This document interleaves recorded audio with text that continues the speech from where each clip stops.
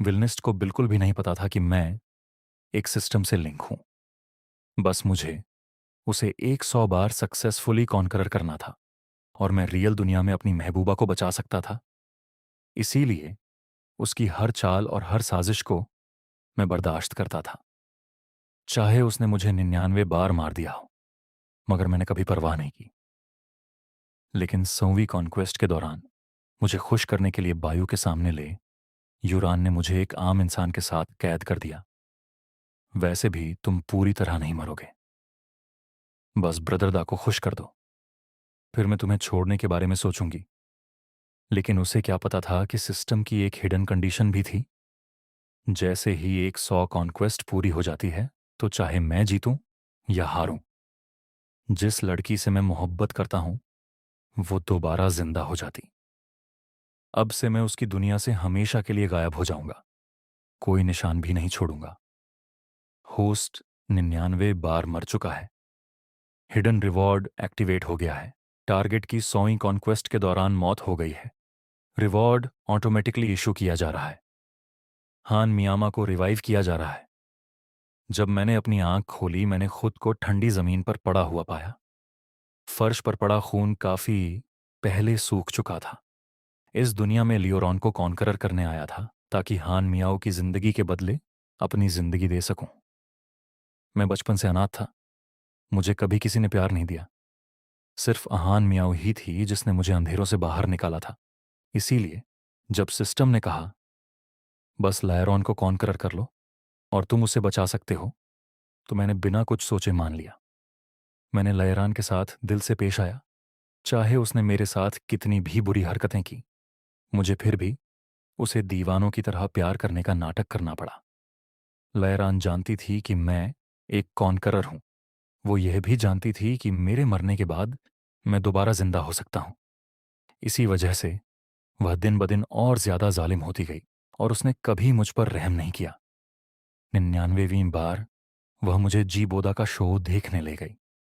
वह स्टेज पर खड़े उस आदमी को दीवानगी से देख रही थी और साथ ही मुझे कुत्तों की तरह जलील भी कर रही थी। मैं बस खामोशी से उसके पास बैठा रहा, चाहे वह जो भी कहती। मैं वहां से नहीं गया और जब शो खत्म होने के करीब था, अचानक छत टूटकर गिरने लगी और बड़े बड़े शीशे के टुकड़े नीचे बरसने लगे। मैं तुरंत दौड़कर लियोरन को बचाने के लिए उसके सामने खड़ा हो गया। शीशे मेरे जिस्म को काट रहे थे, लेकिन मुझे उसकी परवाह नहीं थी। मगर उसने मुझे धक्का दे दिया और सीधा जीबोदा की तरफ भाग गई। जब सब लोग हॉल से निकल गए, तब भी किसी ने मुझे दोबारा मुड़कर नहीं देखा और मैंने अपनी 99वीं मौत का सामना कर लिया। लेकिन कोई बात नहीं, इस बार जिंदा होने के बाद मुझे सिर्फ एक और बार मरना होगा और फिर मैं हान मिया को वापस जिंदा कर सकूंगा।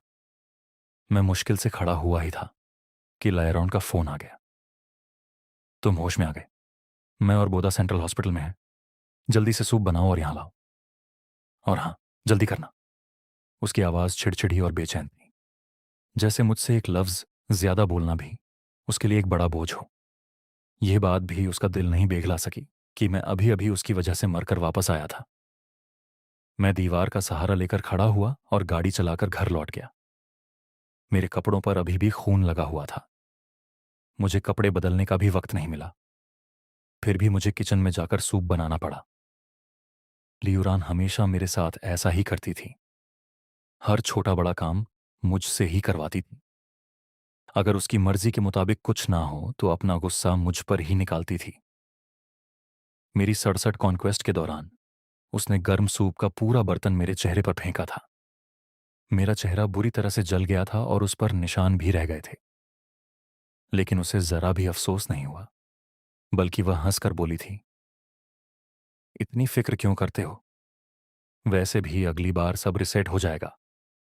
जब मैं थर्मोस में सूप लेकर हॉस्पिटल पहुंचा, तब लयूरान जीबोदा की देखभाल कर रही थी। जैसे ही उसने मुझे देखा, उसने अपनी बाहें सिकुड़ लीं। तुमने कपड़े तक नहीं बदले? अगर तुम बैक्टीरिया लेकर आए हो तो। जीबोदा ने हल्की सी टपकी देकर लियोरान को शांत किया और मेरी तरफ देखकर मुस्कुराने लगा। माफ करना रुयान, बस मेरी ज्यादा फिक्र करती है। जुबान से तो वह मेरी तरफदारी कर रहा था, लेकिन उसकी आंखों में छुपी हुई नफरत और चिड़चिड़ापन साफ नजर आ रहा था। लयरान ने त्रमोस लिया, एक चम्मच सूप निकाला, उसे ठंडा किया और प्यार से जीबोदा के मुंह तक ले गई। जीबोदा ने 2-4 घूंट ही पिए थे कि अचानक जोर जोर से खांसने लगा। यूरान घबराकर उसकी पीठ थपथपाने लगी। कई मिनट बाद उसकी सांस नॉर्मल हुई। फिर उसने सूप के बाउल की तरफ देखा और बाहें चढ़ाई। मुझे धनिये से एलर्जी है। मैं वहीं खामोश खड़ा रहा और जीबोदा को देखता रहा। उसकी हर पसंद नापसंद मुझे उसके प्राइवेट डॉक्टर से भी ज्यादा याद थी। मुझे अच्छी तरह से पता था कि उसका धनिया से कोई भी लेना देना और एलर्जी नहीं है, लेकिन इस वक्त वह जिद करके कह रहा था कि उसे एलर्जी है और मैं कुछ भी नहीं कर सकता था। इतना सुनते ही ली यूरान पलटकर मेरी तरफ देखने लगी। उसकी नजरें इतनी ठंडी और खौफनाक थीं जैसे बर्फ जम गई हो। गर्म सूप का पूरा बाउल सीधा मेरे चेहरे पर फेंक दिया गया। क्या तुम बोधा को मारना चाहते हो? क्या तुम सोचते हो कि अगर वह मर गया तो तुम उसकी जगह ले सकते हो? जलता हुआ सूप मेरे चेहरे को ऐसे जला रहा था जैसे मेरी चमड़ी ही उतार देगा। मैं दर्द से दांत बिचकर खड़ा रहा और बस धीरे से कहा, मुझे माफ कर दो। वैसे भी मैं जो कुछ भी कहता, लियूरान कभी मेरी बात पर यकीन नहीं करती। इससे अच्छा तो मैं जल्दी से उसके हाथों से मर जाऊं। कम से कम फिर मैं जल्दी अपनी असली दुनिया में लौट सकता हूं। जीबोदा मेरी बदहाल हालत देखकर अंदर ही अंदर खुश हो रहा था, लेकिन अगले ही पल उसने मासूमियत का नकाब पहन लिया। उसने ली यूरान का हाथ पकड़कर कहा, छोड़ो ना रुयान। चेंगयान ने शायद जानबूझकर नहीं किया। टी यूरान ने मुझे ठंडी नजर से देखा। सब जल्दी से साफ करो। मैं घुटनों के बल बैठ गया। मेरी हथेलियां पहले से ही शीशे के टुकड़ों से कटी हुई थी, लेकिन अब मुझे दर्द का एहसास ही नहीं हो रहा था। मैं नंगे हाथों से सारी गंदगी साफ करने लगा। पता नहीं क्यों अचानक ली यूरान को गुस्सा आ गया। उसने जोर से मेरा हाथ पकड़कर मुझे खड़ा कर दिया। तुम्हें कोई औजार इस्तेमाल करना नहीं आता। ये बेचारा बनने का नाटक किसको दिखा रहे हो? फिर उसने मुझे एक तरफ खींच लिया और नर्स को बुलाकर सफाई करवा दी। जी बोदा ने देखा कि लीगान मेरे पास खड़ी है तो उसने हल्की सी बावे से कोड़ी जैसे उसे कुछ याद आ गया हो। हाँ, सही कहा। रुयान एग्हिबिशन वाली बात तुमने चेन्यान को नहीं बताई। ली यूरान ने मेरी तरफ देखा और धीरे से बोली, अगले महीने एग्हिबिशन है। हमें एक हैंडीक्राफ्ट पीस चाहिए। इन दिनों तुम पोट्री बनाना शुरू कर दो। मेरी पोट्री की स्किल एक मशहूर ट्रेडिशनल क्राफ्ट मास्टर से सीखी हुई थी। मेरा काम काफी नफीस और खूबसूरत माना जाता था, लेकिन पोट्री बनाना आंखों के लिए बहुत नुकसानदायक था। 46वीं कॉन्क्वेस्ट के दौरान सिर्फ लियोआन की एक बात के लिए मैंने कई रातें बिना सोए गुजारी थीं। उस वक्त मेरी आंखों को इतना नुकसान हुआ था कि मैं आधी रात को थकान से मर गया था। जिंदा होने के बाद भी मेरी नजर पहली जैसी नहीं रही और डॉक्टर ने मुझे सख्त हिदायत दी थी, बेहतर होगा कि आप ऐसा काम दोबारा ना करिए जो आंखों को इतना नुकसान पहुंचाए। ये बात ली यूरान भी जानती थी, लेकिन उसने कभी मेरी परवाह नहीं की। मैं बस उसकी तरफ उसी जिद्दी और नरम नजर से देख रहा था। ठीक है, मैं बनवाऊंगा।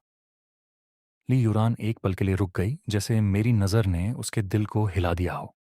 उसने बेचैनी से अपना चेहरा पैर लिया, फिर धीरे से बोली, जब तुम बोदा का सेरेमोनियल सूट तैयार कर लोगे, मैं तुम्हें आंखों का इलाज करवाने के लिए फौरन ले जाऊंगी। मैं मुस्कुराया, कोई बात नहीं। तुम्हारे लिए तो मैं कुछ भी कर सकता हूं। तुम्हें गिल्टी फील करने की कोई भी जरूरत नहीं है। लयरान मेरी साफ और सच्चाई आंखों में देखने लगी। उसकी हमेशा ठंडी और घमंडी नजरों में पहली बार हल्का सा कांपन नजर आया। लेकिन मुझे अब भी इस बात की परवाह नहीं थी कि वह मेरी आंखों का इलाज करवाएगी या नहीं। अब यह सब मेरे लिए कोई मायने नहीं रखता था। मुझे बस इस दुनिया से निकलना था। मेरी आंखें ठीक रहे या खराब हो जाएं, कोई फर्क नहीं पड़ता। ली यूरान के होठों ने हल्का सा हरकत की, जैसे वह कुछ कहना चाहती हो, लेकिन उसी वक्त हॉस्पिटल बेड पर पड़ा जीबुदा अचानक अपना सर पकड़कर धीरे से बोला। रुयान लहरान तुरंत घबराकर उसकी तरफ मुड़ गई। एक पल में ही वह भूल गई कि मैं उसके बिल्कुल पास खड़ा था। मैं भी वहां नहीं रुकना चाहता था। घर लौटते ही मैंने वह पोट्री पीस बनाना शुरू कर दिया जो जीबोदा को चाहिए था। अगर मुमकिन होता तो मैं चाहता था कि पिछली बार की तरह इस बार भी तखान से मर जाऊं। मैं सच में हान मियां से मिलना चाहता था। मैं उससे बहुत लंबे वक्त से दूर था। पोट्री बनाना सच में बहुत तवज्जो मांगता था। जरा सी गलती भी बर्दाश्त नहीं होती। और जो जीबोदा की डिमांड थी इतनी मुश्किल थी कि मुझे लगभग दिन रात काम करना पड़ा। मेरी आंखें लाल हो चुकी थीं। सर ऐसे दर्द कर रहा था जैसे फट जाएगा। अचानक मेरी नजरों के सामने अंधेरा छा गया और मैं बेहोश हो गया। मुझे यह तक पता नहीं चला कि मेरा फोन बज रहा था। स्क्रीन पर लीग यूरॉन का नाम चमक रहा था। बेहोशी की हालत में मुझे महसूस हुआ था कि किसी ने मेरा माथा छुआ था। एक हाथ नरमी से मेरे माथे पर रखा हुआ था। एक पल के लिए मुझे लगा कि मैं वापस अपनी असली दुनिया में आ गया हूं। मैं बेचैन होकर पुकार उठा, हान में आओ। लेकिन जब मेरी आंखें खुली, मेरे सामने ली यूरान की खतरनाक नजरें थीं। उसने पूछा, वो कौन है?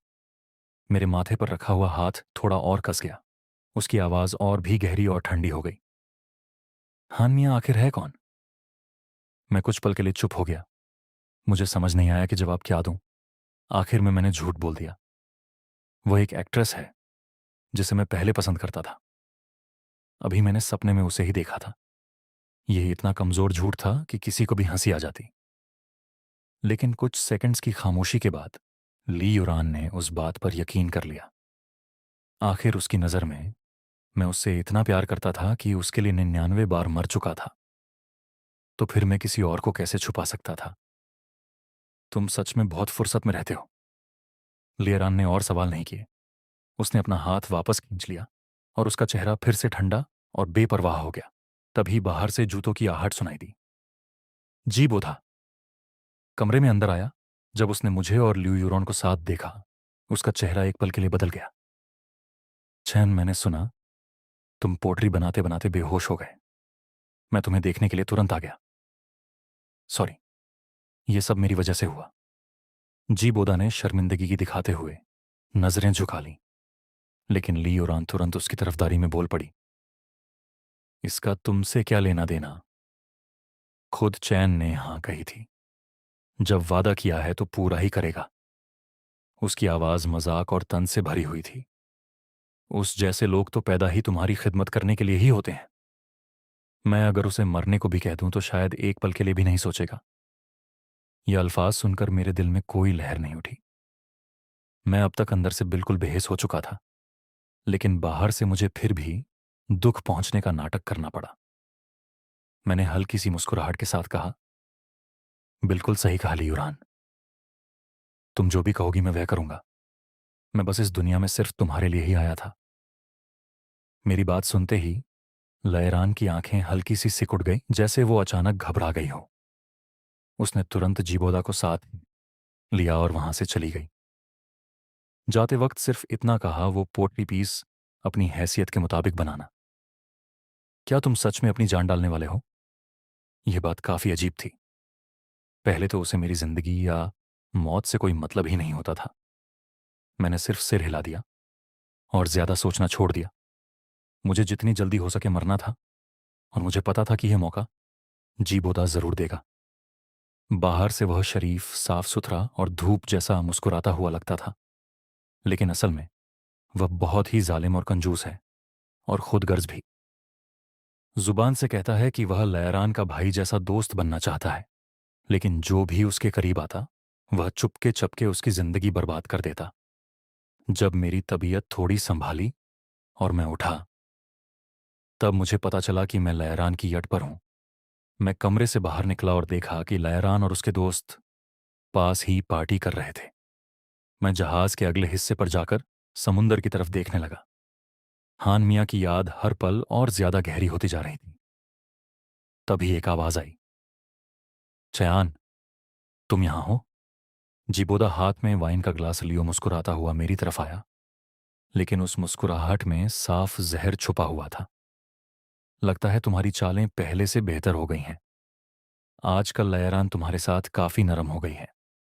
लेकिन अगर तुम सोचते हो कि तुम उसे मुझसे छीन लोगे, तो तुम अभी भी उसके लायक नहीं हो। तुम्हें वाकई में लगता है कि वह तुमसे प्यार करती है? बस मैं एक इशारा कर दूं और ली योरान तुम्हें तुरंत छोड़ देगी।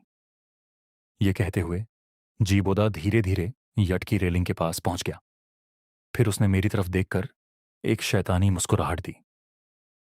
चनियन बताओ, अगर रुयान को लगे कि तुमने मुझे जलन में समुंदर में धक्का दे दिया तो क्या वह तुम्हारी बोटी बोटी नहीं कर देगी? उसके बोलते ही मुझे रिएक्ट करने का मौका भी नहीं मिला। जीबोदा अचानक जोर से चीखा और खुद को पीछे गिरा दिया। अगले ही पल वो समुंदर में जा गिरा। प्लीज प्लीज मुझे बचाओ। लियोरान तुरंत दौड़कर आई। उसने बिना सोचे समझे समुंदर में छलांग लगा दी और जीदा को पकड़कर ऊपर खींच लिया। डेक पर भी मौजूद लोगों ने रेस्क्यू इक्विपमेंट्स नीचे फेंका। बहुत ही जल्दी दोनों को बचा लिया गया। जीवादा कमजोर सा लग रहा था। वह खांस रहा था और लहरान की बाजू पकड़कर धीरे से बोला, वह बस तुमसे बहुत प्यार करता है। मैं समझता हूं गलती मेरी ही है। बस इतना ही सुनना था कि सबकी नजरें मेरी तरफ मुड़ गईं। हम समझते थे कि चेन सिर्फ एक चिपकू आदमी है। किसने सोचा था कि यह इतना जहरीला निकलेगा? इसने तो जीबोदा को समुंदर में धक्का दे दिया। सबको पता है कि जीबोदा वो इंसान है जिसे रुयान सबसे ज्यादा चाहती है। छन की औकात ही क्या है। ये सब सुनकर लयरान ने ठंडी नजरों में मेरी तरफ देखा। वो नजर मेरे लिए बहुत ही जानी पहचानी थी। उस नजर में सिर्फ शक और नफरत थी। किसने तुम्हें हिम्मत दी कि तुम जीबोदा को हाथ लगाओ? लगता है आजकल मैं तुम्हारे साथ कुछ ज्यादा ही नरमी से पेश आ रही थी। मैंने उसकी बात सुनी और दिल में हल्की सी मुस्कुराहट उभर आई। हाँ, सब कुछ खत्म होने वाला था। जब यह सब कुछ खत्म होगा मैं आखिरकार हान मियां से मिल पाऊंगा। लेकिन ली उरान को लगा कि मैं फिर से कोई नया ड्रामा कर रहा हूं। चिया, अब नाटक करना बंद करो।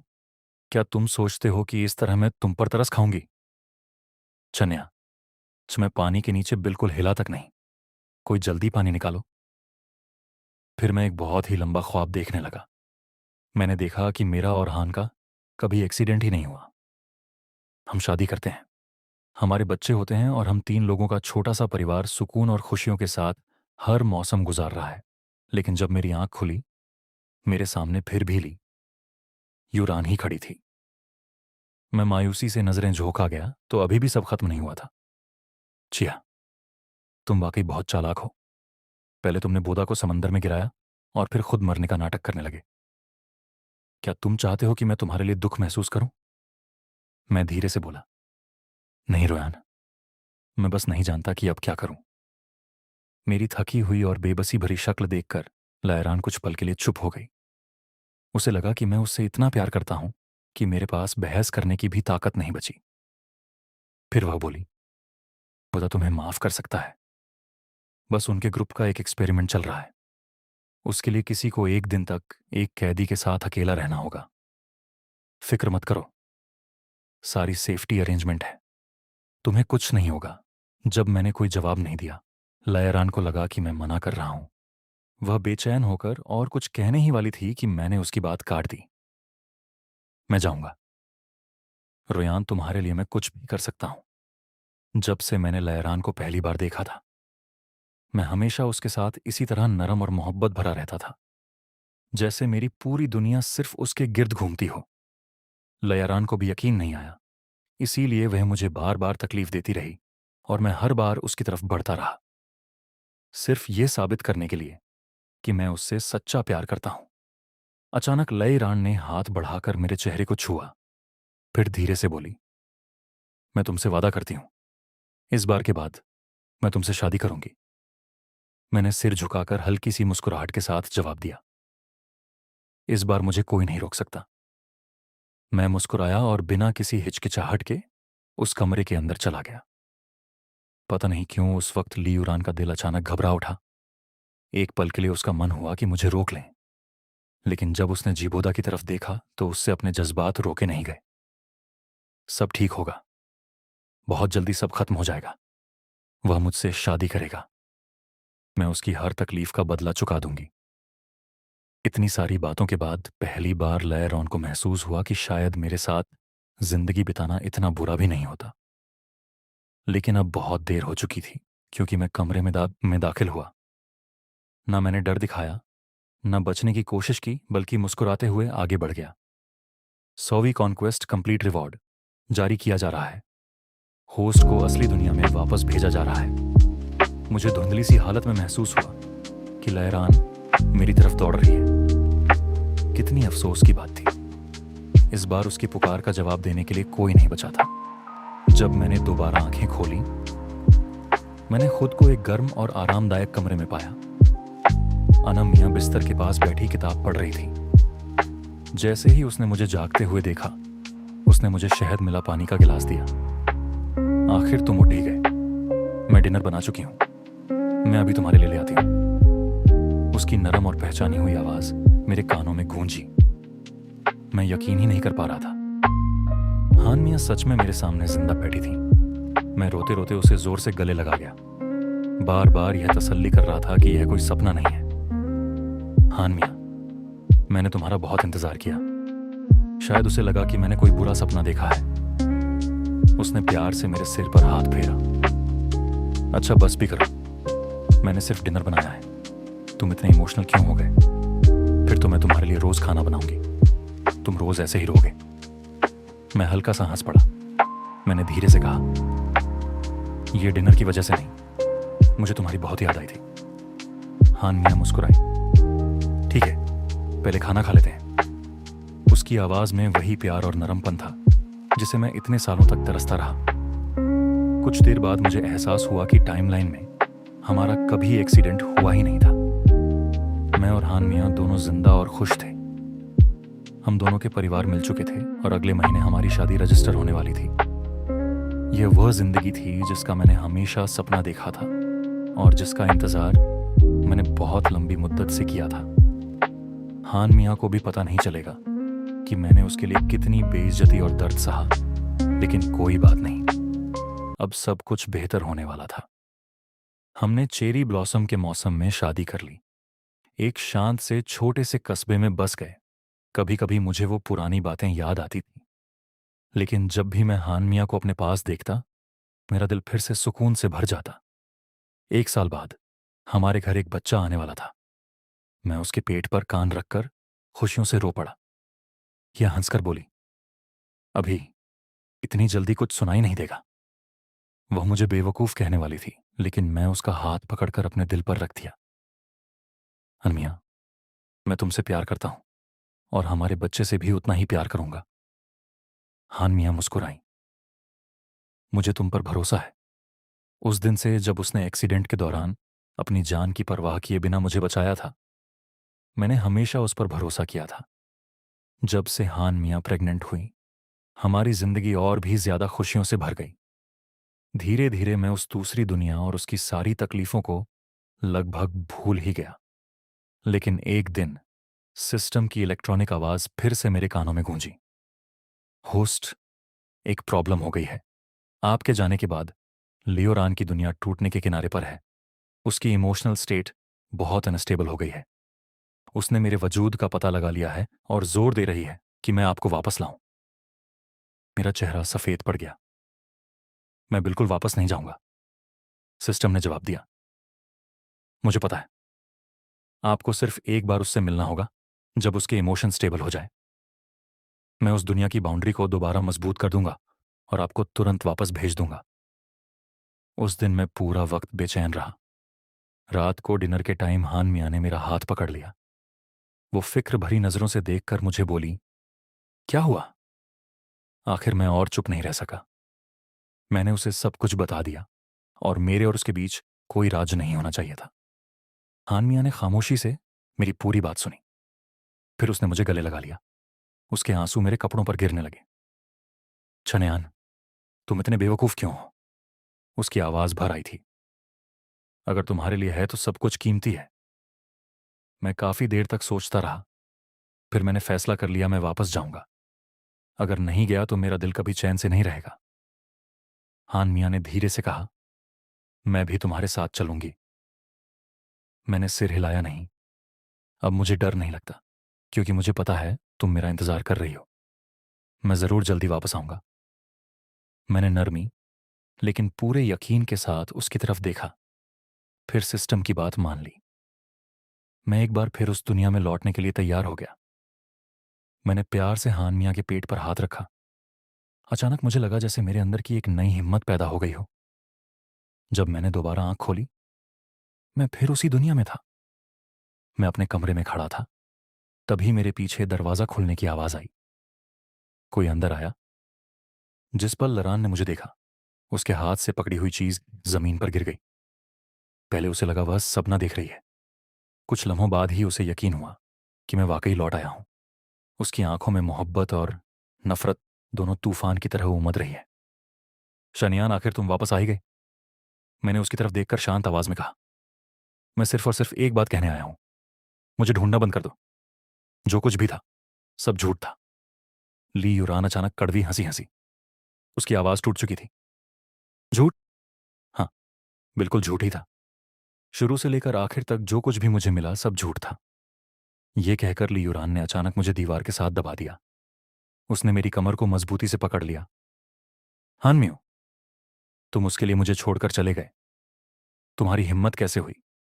उस वक्त मेरी नजर टेबल पर रखी एक पुरानी डायरी पर पड़ी। वह वही डायरी थी जो मैंने इस दुनिया में आने के बाद फुर्सत के वक्त लिखी थी। उसमें हान मिया के बारे में सारी यादें और एहसास लिखे हुए थे, और अब ली यूरान ने उसे ढूंढ लिया था। अब